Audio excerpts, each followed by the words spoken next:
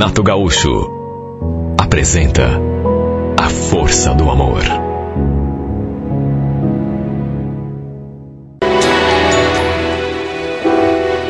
O nosso casamento não estava bem. Mas, sabe, uma coisa é o casamento estar mal, outra coisa é, de repente, uma bomba explodir na tua cabeça. A gente andava brigando muito, é verdade, mas eu gostava dele. Naquele dia, saí do serviço, eu era diarista, passei da escola para pegar minha filha, peguei também meu caçula na creche, e no que chegamos em casa, me deparei com aquele bilhete sobre a mesa na cozinha. Reconheci a letra do Cláudio na mesma hora, e quando li o que estava escrito, eu quase caí dura no chão. Já na primeira frase: Rafaela, tô indo embora para São Paulo. Um conhecido meu vai me arranjar emprego lá na firma onde ele trabalha. E para falar bem a verdade, não sei se eu volto para casa. Pode ficar com tudo que tem aí dentro. Só tô levando mesmo minhas roupas. A gente já não anda bem, você sabe. Você vive dizendo que a qualquer minuto vai arrumar as tuas coisas e sumir no mundo, não fala? Não precisa. A partir de hoje, você vai estar livre de mim para todo sempre. Olha, eu li aquele bilhete e pensei até que fosse brincadeira. Se bem que se fosse, seria de muito mau gosto. Como assim? Tô indo embora para São Paulo e não volto mais? Como que podia tomar uma decisão dessas? E simplesmente ir embora, sem falar comigo pessoalmente, nem se despedir, dar um abraço nos filhos, nas crianças. Meu marido já andava desempregado há muito tempo. Esse, inclusive, era um dos motivos das nossas discussões, porque eu não achava justo ficar me matando de trabalhar enquanto ele não se coçava para nada. Apesar de já estar com 37 anos, ele sempre foi meio imaturo. Só que uma coisa é o casamento não tá bem, a gente discutir. Outra coisa é, de repente, ler um bilhete daqueles. Olha, eu senti um aperto tão grande no peito que imediatamente comecei a chorar. Minha filha mais velha até perguntou o que tinha acontecido, por que eu estava chorando. Só que, coitadinha, como que eu ia explicar aquilo para ela? Dizer que o pai tinha virado as costas, não só para mim, mas para eles também. A Josiane só tinha 7 anos. Era muito novinha para entender. Depois eu fui até o nosso quarto e comprovei que meu marido realmente tinha ido embora. Suas roupas já não estavam ali. Meu Deus, vou repetir, porque briga, discussão, principalmente quando está faltando dinheiro em casa, é coisa que acontece com qualquer casal. Tudo bem que a gente andava discutindo, mas não era daquele jeito que íamos conseguir resolver os nossos problemas. Por pior que estivesse o nosso casamento, eu não queria me separar do meu marido, meu Deus. Olha, só Deus é que sabe o quanto eu sofri. Principalmente porque não tinha nem como entrar em contato com ele. Ele não tinha celular. Meus sogros moravam no interior e eles também ficaram espantados quando liguei para contar que meu marido tinha tomado aquela decisão. Já meus pais moravam em Cruzeiro do Oeste, pertinho de Moarama. Eu tinha apenas uma irmã que morava aqui em Colombo. Ela também era casada, também tinha filhos e ela também ficou abismada quando soube. O Cláudio fez isso com você, Rafael? Mas e agora? Como você vai ficar, as crianças? Olha, em termos financeiros, na verdade não ia fazer assim grande diferença. Porque, repito, meu marido estava desempregado já fazia tempo. Meses. que ele não estava contribuindo com dinheiro nenhum para dentro de casa. Era eu quem levava a comida para a mesa, pagava as contas. A gente vivia apertado, às vezes o dinheiro não dava. Tudo sempre contadinho, mas fome, pelo menos, nunca tínhamos passado. A casa em que a gente vivia era nossa, de papel passado. Era uma casa pequena, mas tinha um bom terreno, aliás, um terreno ótimo, espaçoso. E muita gente tinha feito comércio por ali e usado casas assim, residenciais, para fazer comércio, de maneira que a região estava se valorizando. De modo que, pelo menos em relação a isso, moradia, a gente não precisaria se preocupar. Pelo menos era o que eu pensava. Até porque não sabia nem da metade do que meu marido já tinha aprontado. Olha, os primeiros dias foram difíceis demais, doloridos. Eu sentia falta dele. As crianças também não paravam de perguntar pelo pai, embora eu já tivesse contado que ele tinha ido embora para São Paulo e que talvez demorasse para voltar. Não disse que ele não voltaria, mas falei que talvez ele demorasse. Não tinha uma noite sequer que eu não chorasse. Me senti tão carente, tão solitária, que as crianças passaram a dormir comigo ali no quarto todas as noites. E foi então que, ao cabo daquele tempo todo, eu recebi uma visita em casa que me deixou desnorteada. Lembro que era um domingo à tarde. Escutei aquelas batidas na porta. Fui conferir e dei de cara com aquele homem que eu não conhecia. Nunca tinha visto na vida. Todo gentil, todo educado, ele se apresentou. Boa tarde. Você deve ser a esposa do Cláudio, né? Ele tá em casa? Quem é o Cláudio? Não, ele foi para São Paulo, já faz quase um mês. Mas você quem é? É amigo dele? Na verdade, eu sou comprador. Fui eu que comprei a casa. Olha, no que ele falou aquilo, eu senti um gelo na espinha, mas rezei a Deus para que tivesse entendido errado. Você comprou a casa, mas que casa? Ué, é essa aqui. O Cláudio pediu até o fim do mês para desocupar e aí eu vim aqui ver como que fica a situação. Não, peraí. Você está dizendo que comprou essa casa, a nossa casa?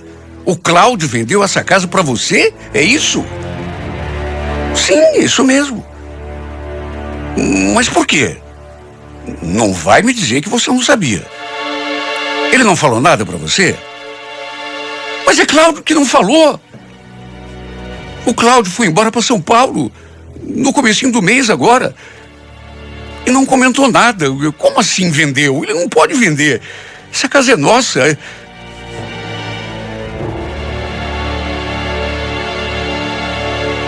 Olha, eu fiquei de cara no chão quando aquele homem me falou que aquela que eu considerava a nossa casa não era nossa coisa nenhuma, que meu marido tinha vendido. A casa estava no nome dele. A gente não era casado oficialmente, pois ele teve a capacidade de vender aquela casa que era nossa, onde a gente morava, sem me dizer uma palavra, sem me avisar. Perguntei por quanto que ele tinha vendido. O cara falou o valor e eu fiquei abismada, porque só o terreno valia o dobro do que aquele valor. Como, meu Deus, que meu marido tinha vendido a casa onde a gente morava, onde moravam os filhos dele. Não tô nem falando de mim. Ele tinha vendido a casa sem me dizer uma palavra, sem me avisar, por 1/3 do que valia o terreno, embolsado o dinheiro, dado as costas para mim, me deixando apenas um bilhete, e depois se escafedeu no mundo. Se alguém tivesse me contado ter passado por uma situação assim, eu com toda certeza não acreditaria. Diria que esse tipo de coisa só acontece em filme. Mas hoje eu sei que acontece na vida real. Porque aconteceu comigo. O safado vendeu a nossa casa. E agora o comprador estava ali querendo saber como ficava a situação. Porque ele queria derrubar a casa, que não era grande coisa, para fazer um comércio.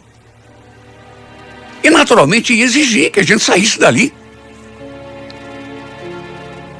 Olha, quando a minha ficha caiu, e eu realmente me dei conta do que estava acontecendo, caí em prantos, comecei a chorar, sem mesmo me importar com aquele homem, aquele desconhecido que estava ali diante de mim, e praguejar contra meu marido.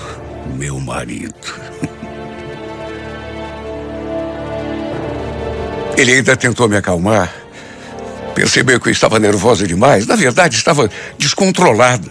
Me amparou, me levou para dentro de casa, me pediu para sentar no sofá, chegou a ir até a cozinha, me trouxe um copo d'água. Eu estava tão revoltada, eu estava tão nervosa, tão arrasada, tão incrédula. Como, meu Deus, em sã consciência, um homem, um pai pode fazer isso com os próprios filhos? Repito, nem falo por mim, pois ele teve a coragem de fazer aquilo, vendido a nossa casa, embolsado todo o dinheiro, se mandado para São Paulo sozinho, nos deixando na rua da amargura. O que eu vou fazer da minha vida agora, meu Deus? Para onde que eu vou com os meus filhos? Fiquei repetindo aquelas perguntas em voz alta, diante daquele homem que, na verdade, não tinha nada a ver com o meu drama. Ele tinha comprado a casa. Calma, eu também não vou enxotar vocês daqui. Aliás, nem sabia que a situação era essa. E também estou surpreso com o que o seu marido foi capaz de fazer. Ele não falou nada da situação. Pelo contrário, quando eu vim aqui ver a casa, ele me mostrou, disse que estava saindo e que... O sem vergonha nem falou de mim. Ele nem falou que era casado, que a gente tinha filho. Muito menos falou pro cara, naturalmente que não falou, que ia nos abandonar e nos deixar na rua da amargura. Olha, eu fiquei com tanta raiva desse homem.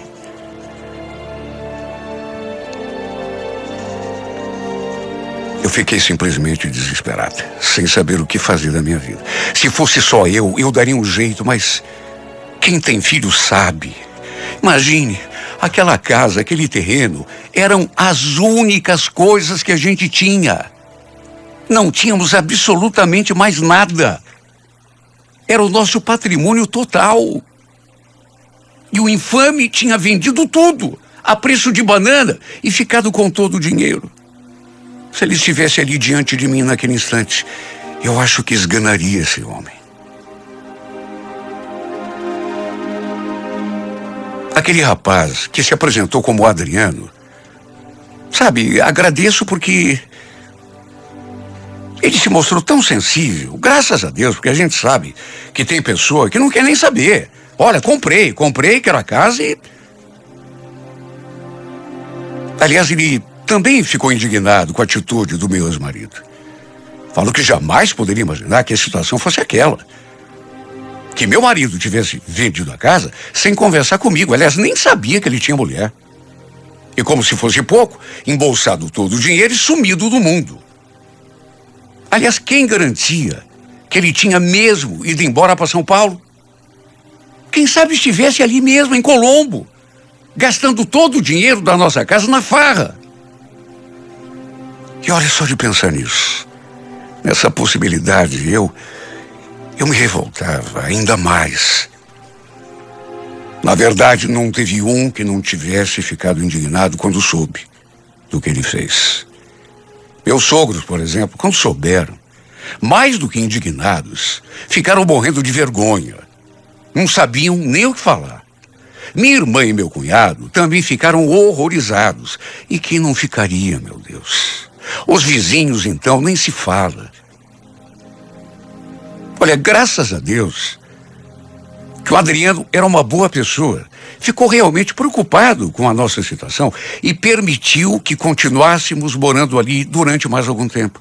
Pelo menos até eu conseguir outro lugar para ficar com as crianças. Sabe, ainda bem porque, repito, tem gente que não quer nem saber. Já chega chutando. Mas ele não, ele foi compreensível. Chegou a perguntar: escuta, se eu te der mais um mês, será que você consegue achar um lugar para ficar, você e teus filhos? Um mês? Não sei. Mas acho que sim. Eu não consegui me conformar. Só Deus é que sabe o ódio que eu estava sentindo daquele homem. Meu marido. Repito que se o visse na minha frente, seria capaz de matá-lo. Minha vida, que já não era boa naqueles últimos tempos, virou um inferno depois desse acontecimento. Eu só sabia chorar, vivia pelos cantos. Saía para trabalhar, porque se não fosse trabalhar, aí mesmo não teria nem comida para os meus filhos. E o pior, sabe, a gente é tão boba, é que aquela saudade doida que eu sentia do Cláudio continuava, se bem que, a partir de uma certa altura, boa parte da saudade, e eu senti isso, estava se transformando em raiva, em mágoa, ressentimento. Ele não poderia ter feito aquilo com a gente. Comigo até tudo bem, mas com os nossos filhos, sabe, não conseguia acreditar que ele tivesse sido capaz. Uma semana depois, eis que o Adriano veio bater de novo à minha porta. Quando o vi ali diante de mim, até me assustei. Será que ele tinha mudado de ideia? Será que tinha ido pedir para eu sair daquela casa? Mesmo antes de cumprimentá-lo, sabe, eu fiquei tão assustado que já fui perguntando: não, o que é isso? Você falou um mês? Na verdade, ele até sorriu. Porque eu já fui, sabe, atacando, de medo. Mas ele me acalmou. Calma. Não é nada disso que você está pensando.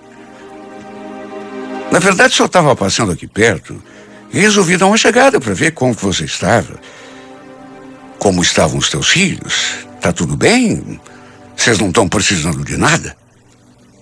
É para se ver como são as coisas.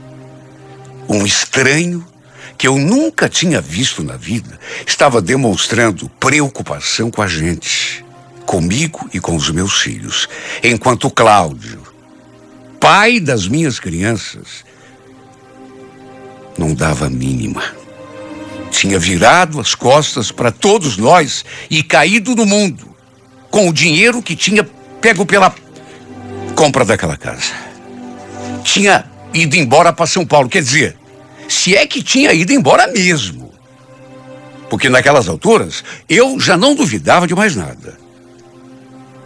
Ele ainda não tinha sequer ligado para dar notícias, para saber das crianças, nem isso. Devia saber que se ligasse, ia escutar um monte. Pedi que o Adriano entrasse. Cheguei ali, servi um café e a gente ficou ali conversando na sala. Na verdade, aquela primeira vez, nem tivemos chance de conversar. Porque quando eu soube o que meu marido tinha feito, comecei a chorar e não parei mais. Dessa vez, no entanto, a gente conversou bastante até. Ele chegou a comentar da vida dele, até porque eu também fiquei curiosa, quis saber como que ele tinha chegado àquela casa, se ele tinha comprado assim no escuro, porque eu nunca o tinha visto. E ele me falou que meu ex-marido o tinha levado para dentro de casa para ele ver tudo 3 ou 4 vezes, ou seja, ele aproveitava quando estava na rua trabalhando para oferecer a casa, a nossa casa. Olha, podia ser até impressão minha, mas eu percebi, naquele dia, que o Adriano estava realmente preocupado com a gente e fiquei me perguntando, sabe quando o homem te olha assim, no fundo dos olhos, e você percebe aquele interesse? Pois era assim que ele me olhava. Às vezes a pessoa quer demonstrar preocupação, até por educação, mas ele não. Dava para ver que ele estava realmente preocupado com a gente. Quem sabe até, sei lá, até que no fim ele se despediu. E aí quando a gente foi trocar um aperto de mão, ele pegou assim na minha mão e beijou a minha mão. Sabe aqueles filmes antigos, aqueles cavalheiros de antigamente que cumprimentavam as mulheres assim, beijando a mão? Eu fiquei tão encabulada, até porque não esperava. E como eu sou bem branquinha, devo ter ficado vermelha. Ele sorriu. Aí se despediu novamente e foi se afastando assim, sem tirar os olhos dos meus. E antes de entrar no carro, ainda me acenou uma última vez. Olha, não deu para negar. Até porque era tão fácil de perceber. Era um homem tão educado, tão charmoso. Inclusive, durante a nossa conversa, ele me contou que não era casado, que tinha até vivido com uma mulher, mas que não tinha dado certo. E desde então, continuava sozinho e não tinha filhos. Sabe, eu ajudei também, né, no encaminhamento, assim, das coisas que ele falava. Perguntava uma coisa e outra, assim, como quem não quer nada, mas também com aquela pontinha de interesse. A verdade é que eu fiquei com a imagem daquele moço no pensamento. Já tinha gostado dele na primeira vez. Quando ele se mostrou tão preocupado com a nossa situação. Só que agora, depois de conversar assim, com mais calma, fiquei ainda mais impressionada. Principalmente por aquele seu jeito de interesse, como ele olhava para mim. Eu estaria mentindo se dissesse o contrário. Olha, fiquei tão feliz porque depois comecei a pensar e percebi uma coisa. Durante aquele breve momento que estivemos ali, que não foi tão breve assim, eu não tinha sequer lembrado do Cláudio, meu ex-marido. Coisa que raramente acontecia, porque eu ficava pensando nele o tempo todo. Às vezes com saudade, às vezes com mágoa. Mas aquela conversa me fez tão bem. Se bem que para ele, sei lá, né?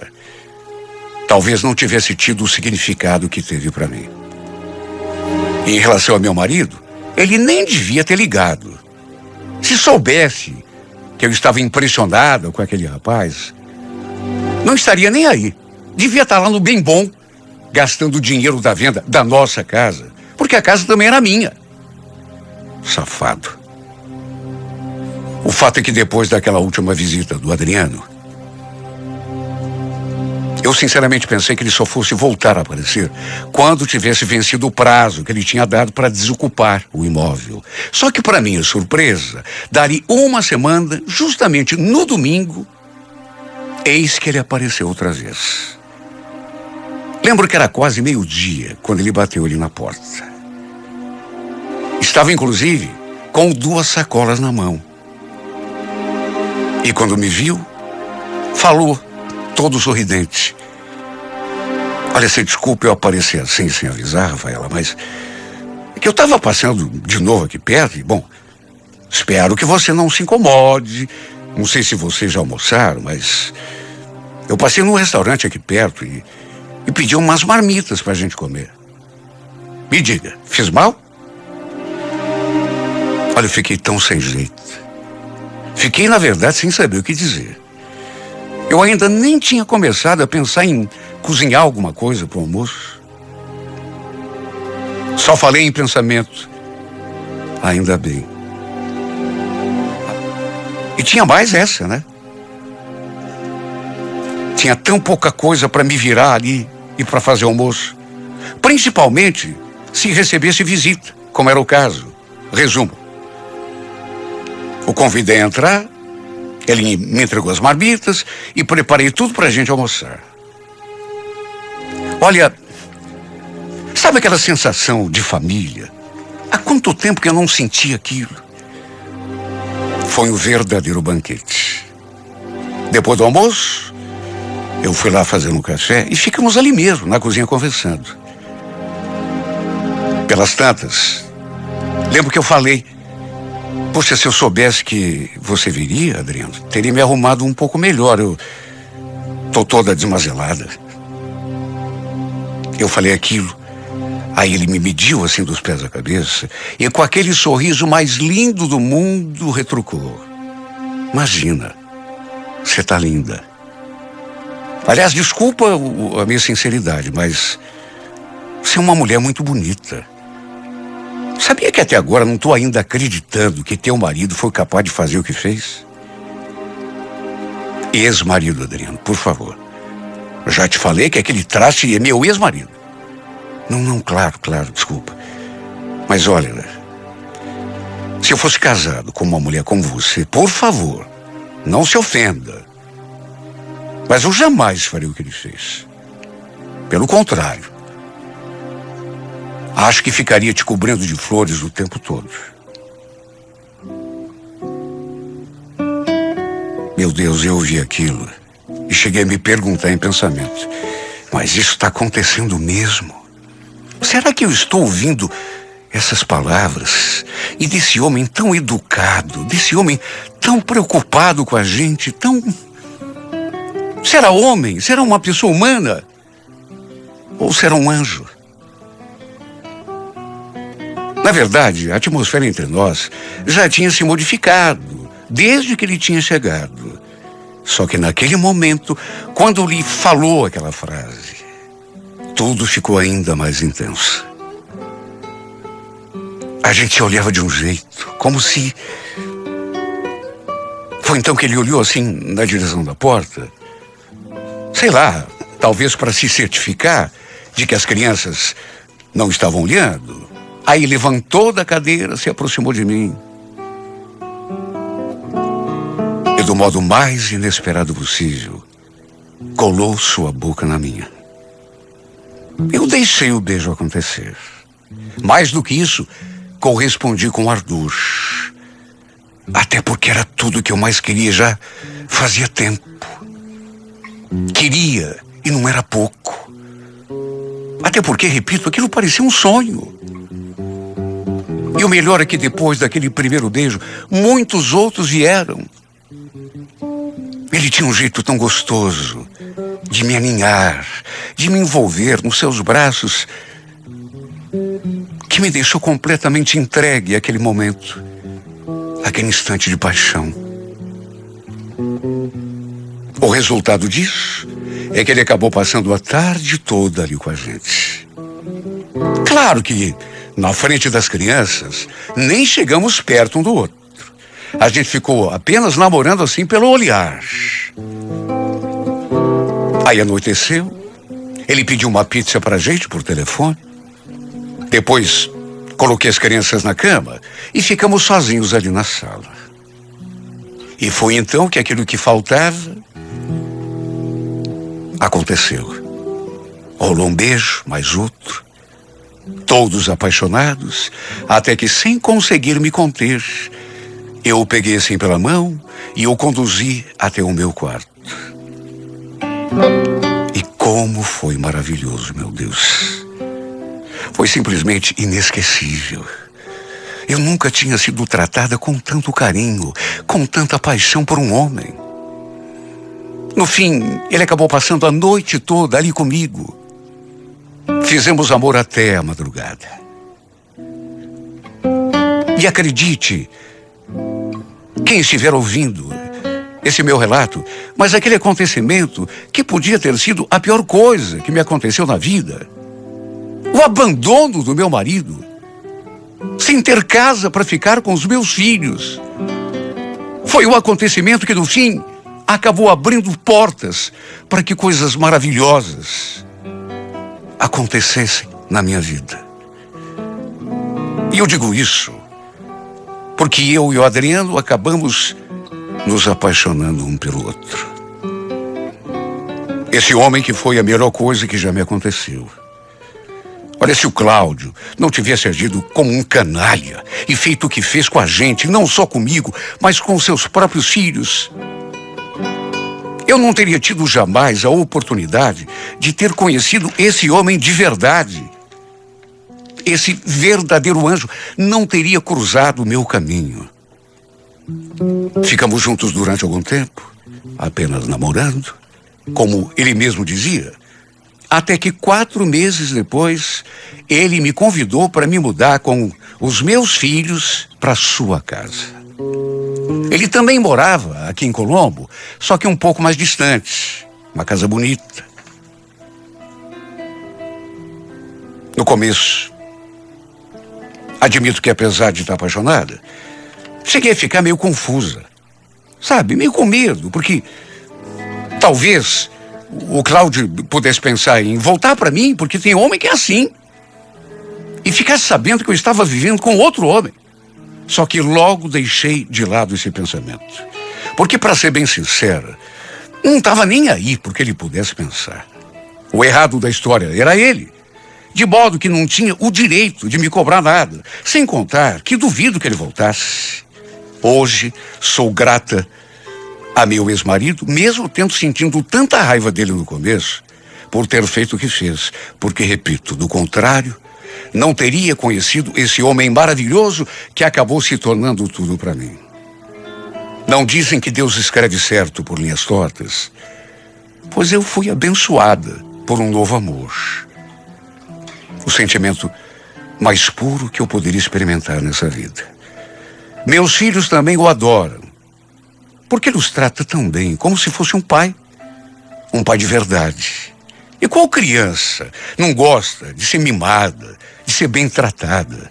Mais do que isso, de receber amor, carinho, coisa que o pai deles nunca foi muito chegado a demonstrar. De modo que às vezes eu começo a pensar na mudança que deu à minha vida, na reviravolta que deu, e chego a chorar de tão agradecida a Deus que me sinto.